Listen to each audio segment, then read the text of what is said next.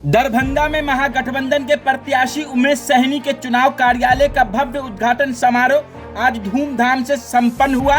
कार्यक्रम में महागठबंधन के सभी प्रमुख दलों के नेता, सामाजिक कार्यकर्ता और समर्थक बड़ी संख्या में शामिल हुए। इस अवसर पर मुख्य अतिथि के रूप में विकासशील इंसान पार्टी के राष्ट्रीय अध्यक्ष मुकेश सहनी पहुंचे। उनका गर्मजोशी से स्वागत हुआ। रिबन काटकर कार्यालय का उद्घाटन करने के बाद उन्होंने सभा को संबोधित किया।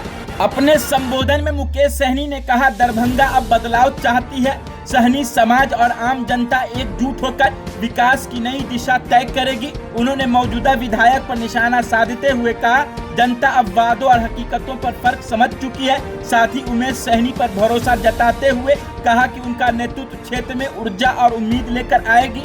कार्यक्रम में मौजूद अन्य प्रमुख नेताओं में पूर्व केंद्रीय मंत्री अली अशरफ फातमी, पूर्व महापौर ओम प्रकाश खेरिया, कांग्रेस जिला अध्यक्ष, राजद जिला अध्यक्ष के अलावा समाज सेवी अल्लन खान और उनके साथ कई अन्य कार्यकर्ता और पार्टी के कई कार्यकर्ता कई पार्टियों के रहे मौजूद। उद्घाटन समारोह में सैकड़ों कार्यकर्ता और समर्थक शामिल रहे, जिनमें महिलाओं की उपस्थिति उल्लेखनीय रही। नेताओं में एक सुर में कहा कि अब दरभंगा की जनता महागठबंधन के उम्मीदवार उमेश सहनी पर भारी मतों से विजयी बनाएगा। अंत में सभा में नेता कार्यकर्ता से अपील की गई, एकजुट होकर जनता के बीच जाएं और क्षेत्र में परिवर्तन की इस लड़ाई को निर्णायक बनाएं। सन 1995 से दरभंगा की भरोसेमंद रूपम साड़ी एंड ड्रेसेस इस त्योहार और शादी के मौसम में लेकर आई है बेमिसाल कलेक्शन, और वो भी होलसेल रेट पर। तो आज ही शॉपिंग का आनंद उठाएं सिर्फ रूपम साड़ी एंड ड्रेसेस पर। इस शादी के सीजन हम एक बेहतरीन कलेक्शन लेकर आए हैं आपके लिए, और हाँ, वो भी होलसेल रेट्स पर। हमारा पता राम चौक, महाराजा पुल, लाल कोठी के पास। वही दूसरा पता मिर्जापुर, सिटी लाइट बिल्डिंग। तो इंतजार किस बात का, जल्द ही पधारें। 20 साल से यहाँ पर प्रत्याशी जो जीतते आ रहा है उनको हराने का, क्योंकि आप जानते हैं उनके बारे में, सिर्फ उनको चुनाव जीतना है, पावर में रहना है। वो आपके लिए काम नहीं करना चाहते हैं। वो सिर्फ अपने परिवार के लिए, अपने लिए काम करेंगे कि दरभंगा में कहाँ पे खाली जमीन है, जहाँ पे वो कैसे कब्जा हो, उसके लिए वो काम करेंगे। मैं भी बॉम्बे से बिहार 2008 से लगातार मैं आ रहा हूँ, और जब आ रहा हूँ तो दोनार चौक पर हमेशा मैं जाम में फंसते रहा। और जब भी मैं किसी से पूछा तो हमेशा बताया गया कि अब ब्रिज बन जाएगा, अब ब्रिज बन जाएगा, अब ब्रिज बन जाएगा। 2008 से लेकर 2025 तकरीबन 15-16 साल लगातार हो चुका है, अभी तक ब्रिज नहीं बना है। आप बताइए, एक ही पार्टी की सरकार बिहार में हो, दिल्ली में हो, और आपके क्षेत्र का विकास कैसा हुआ है? दरभंगा में जहां घूमिए, जैसा जाइए शहर पे, आपका कचरा का ढेर पड़ा हुआ रहता है, जहां तहां पानी लगा हुआ रहता है। ये काम किसका है? ये काम जनप्रतिनिधि का है, सरकार का है, और जनप्रतिनिधि आपका काम नहीं कर रहा है, सिर्फ उसको पावर में रहना है। इसलिए साथियों, आप लोग मजबूती से, एक हम अपने पार्टी के कर्मठ नेता उमेश सहनी जी को हमने टिकट दिया है, गरीब मजदूर का बेटा है। निश्चित तौर पे आप लोग अगर मौका देंगे तो निश्चित तौर पे आपके लिए काम करेंगे। साथियों, मैं आपको पूरा भरोसा दिलाता हूँ, हम लोग इंडिया गठबंधन में बैठे हैं। आपको पता हो कि महागठबंधन में हमारी एक अपनी जगह है, और हम दरभंगा जिला से ही आते हैं। और निश्चित तौर पे जिस रोज हमें पावर मिलेगा, पटना में 3.25 लाख करोड़ रुपए का खजाना हर साल बजट बनता है, उस बजट में से दरभंगा जिला के लिए शून्य होता है।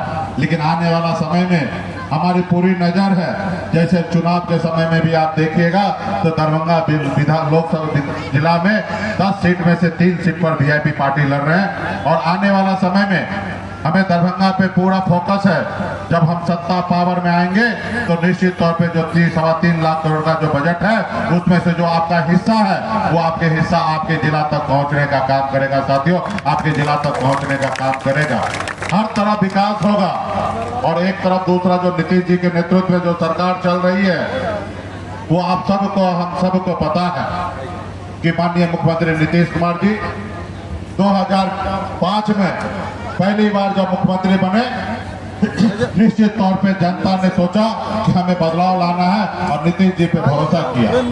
2010 में वो अपने दम पर, काम के दम पर बिहार में सरकार बनाए। इसमें भी कोई किंतु परंतु नहीं है कि 2010 में वो अपने काम के आधार पर बिहार में सरकार बनाए। 2015 आते आते वो एक परिस्थिति ऐसा बना कि आदरणीय लालू प्रसाद जी उनके साथ गए, तब बिहार में सरकार बने और मुख्यमंत्री नीतीश कुमार बने। वो परिस्थिति ऐसा बना तब मुख्यमंत्री बने। 2020 की भी बात सुनिए। 2020 में मात्र 42 विधायक में वो बिहार के मुख्यमंत्री बने। परिस्थिति ऐसा बना कि मुख्यमंत्री वो बने। हमारे भी समर्थन से वो मुख्यमंत्री बने थे। अगर हम 4 विधायक का समर्थन नहीं देते तो नीतीश कुमार बिहार का मुख्यमंत्री नहीं बनते। तो एक परिस्थिति बनते गया और मुख्यमंत्री नीतीश जी बनते गए, लेकिन वो काम के आधार पर मुख्यमंत्री नहीं बने। अगर काम के आधार पर अगर मुख्यमंत्री बने हैं तो सिर्फ 2010 में उन्होंने काम के आधार पर मुख्यमंत्री बने हैं। और अभी तो आप देखिए पूरे बिहार क्या पूरे देश को पता है कि नीतीश कुमार जी है अस्वस्थ हो चुके हैं, बीमार हो चुके हैं। क्या बोलना है क्या करना उनको कुछ नहीं पता है। अफसरशाही हो चुका है, ब्यूरोक्रेट है, वो अपने आप को मान रहे हैं कि मैं मुख्यमंत्री हूँ। और नीतीश कुमार जी सुबह क्या बोलेंगे, शाम क्या बोलेंगे, रात क्या बोलेंगे, उनको खुद को नहीं पता है कि वो क्या बोलेंगे। ये देखिए वो जो उम्र में है उस उम्र में हम भी जाएंगे।